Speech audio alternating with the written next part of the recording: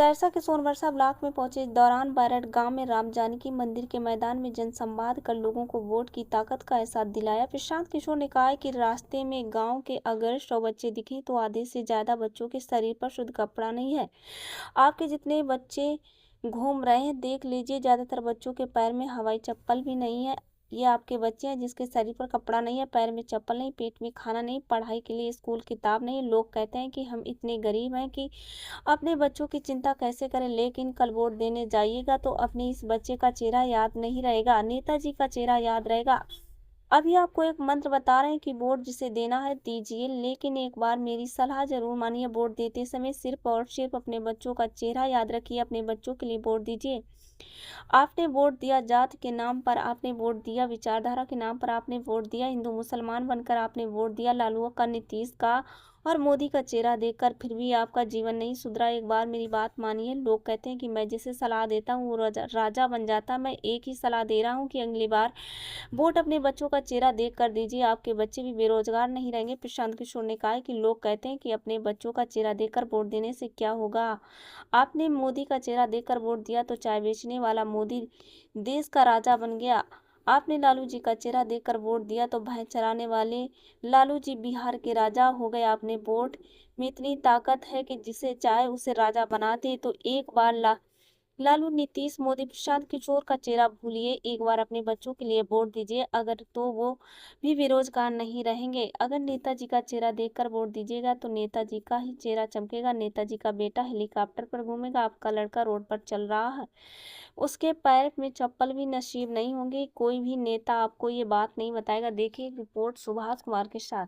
नाली गली के लिए पढ़ना चाहिए कि बच्चों के पढ़ाई के लिए होना चाहिए? पढ़ाई चाहिए कि नाली गली चाहिए? जोर से बोलिए, नाली गली बनना चाहिए कि पढ़ाई होना चाहिए? अपने काम का नेता चाहिए कि अपने बच्चों के लिए रोजगार चाहिए? हाथ उठाकर बोलिए, कहानी नहीं सुना। सवाल सुनिए, फिर से बोलिएगा। आपको अपने बच्चों के लिए रोजगार चाहिए कि अपने जाति का नेता चाहिए? रोजगार की जात, जोर से बोलिए, रोजगार की जात। पढ़ाई की छार खिलौना, पढ़ाई की छार खिलौना।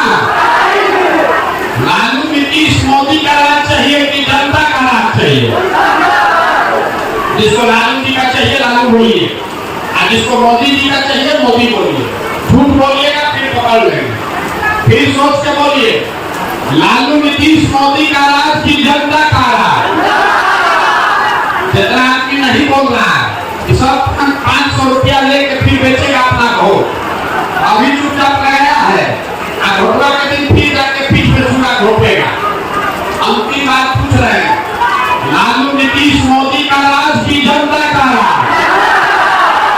यहाँ के गाँव क्या बोलते तो मैं जोर से बोलिए, लालू, नीतीश, मोदी का राज की जनता का राज?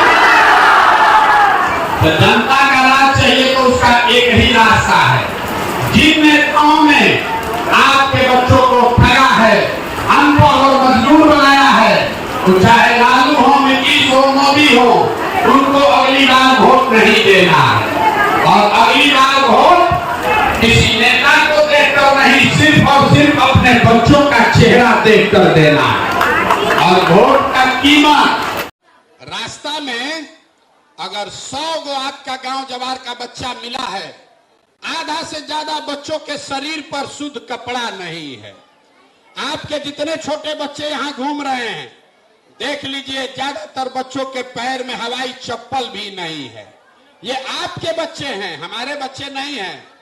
ये आपका बच्चा है जिसके शरीर पर कपड़ा नहीं, पैर में चप्पल नहीं, पेट में खाना नहीं, पढ़ाई के लिए स्कूल किताब नहीं। लेकिन लोग कहता है भैया इतना गरीब है, कैसे बच्चा का चिंता करें। कल वोट देने जाइएगा तो अपने इसी बच्चे का चेहरा याद नहीं रहेगा, आपको नेताजी का चेहरा दिखेगा। अब इसीलिए आपको एक मंत्र सिखाएंगे। अगली बार जब वोट देने जाइए, वोट जिसको मन है उसको दीजिए, लेकिन एक मंत्र याद रखिए, अगली बार जब वोट दीजिए तो एक बार मेरा सलाह मानिए, वोट देते समय सिर्फ और सिर्फ अपने बच्चों का चेहरा याद रखिए, अपने बच्चों के लिए वोट दीजिए।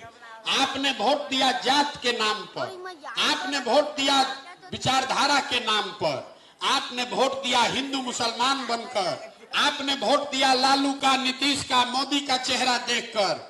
आपका जीवन नहीं सुधरा। अब एक बार हमारी बात मानिए। लोग कहता है हम जिसको सलाह देते हैं वो राजा बन जाता है। हम आपको एक ही सलाह दे रहे, अगली बार वोट अपने बच्चों का चेहरा देखकर दीजिए और आपके बच्चे भी बेरोजगार नहीं रहेंगे। लोग कहता है कि बच्चा के चेहरा देख के देने से क्या होगा। हम अभी आपको बताएंगे क्या होगा। आप मोदी का चेहरा देखकर वोट दिए तो चाय बेचने वाले मोदी देश के राजा हो गए। आप लालू जी का चेहरा देखकर वोट दिए तो भैंस चराने वाले लालू जी बिहार के राजा हो गए। तो आपके वोट में इतना ताकत है कि एक बार मोदी, लालू, नीतीश, प्रशांत किशोर का चेहरा भूलिए, एक बार अपने बच्चों के लिए वोट दीजिए। अपने बच्चों का चेहरा देखकर वोट दीजिएगा तो आपके बच्चे भी बेरोजगार नहीं रहेंगे। और नहीं, अगर नेताजी का चेहरा देखकर वोट दीजिएगा तो नेताजी का चेहरा चमकेगा, नेता का लड़का हेलीकॉप्टर पर घूमेगा और आपका लड़का रोड पर चल रहा है, उसके पैर में चप्पल भी नहीं नसीब होगा। ये आपको बताने आए हैं। कोई नेता आपको ये नहीं बताएगा। हमारे अपने बाबा जो डरकर चले जाते हैं उससे कुछ मिलता नहीं, लेकिन जो डरता है उसके चरणों में सारा जमाल होता है, सारा जमाल होता है। आप लोग हमारे आदरणीय नेता प्रशांत किशोर जी को सुनने के लिए आए हैं। मैं अपनी सारा समय ऐसे मैं उनकी जीवन के बारे में, उनकी त्याग के बारे में कभी पढ़ने लगूंगी। मैं इतना ध्यान उसके विषय पर की हूँ, प्रशांत राव की जीवनी पर। जो आप आए हैं, ज्यादातर आदमी के पास ये तीनों में तीनों चीज नहीं है। यहाँ जो गरीब बैठा हुआ है, आपका बच्चा जाता है स्कूल में पढ़ने, वो पढ़ाई नहीं करता है, खिचड़ी खाया घरे चला आया। आप में से कुछ आदमी है जो अपने बच्चा को प्राइवेट स्कूल में पढ़ा रहा, उसके बच्चा को भी नौकरी नहीं मिल रहा। क्यों? वो इसलिए स्कूल तो आप भले प्राइवेट में पढ़ाइएगा, कॉलेज तो उसको सरकारी में ही जाना पड़ेगा।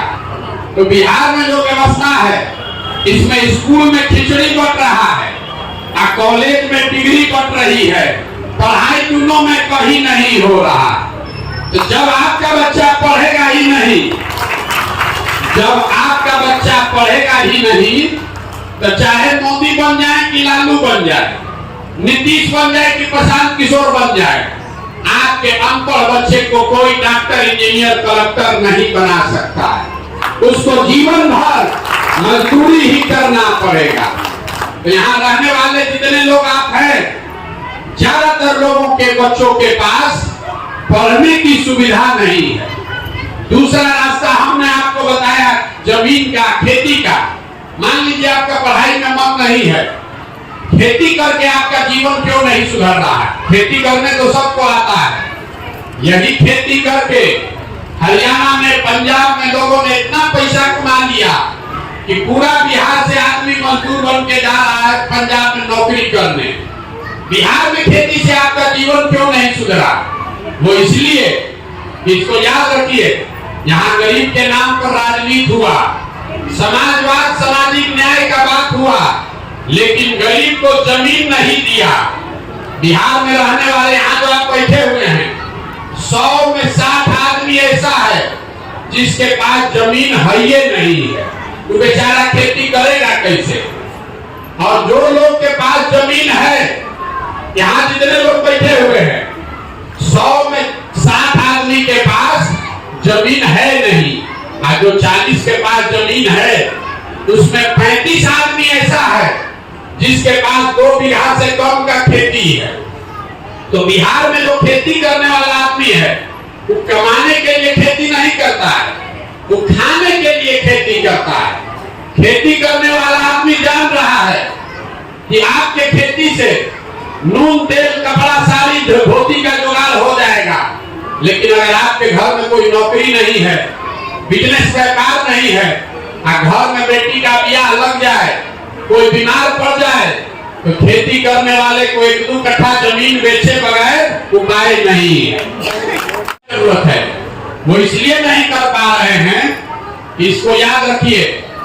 100 आदमी जो बिहार में रहता है, 100 में 80 आदमी, 100 में 80 आदमी दिन में 100 रुपया भी बिहार में नहीं कमा रहा है, 100 रुपया भी नहीं कमा रहे।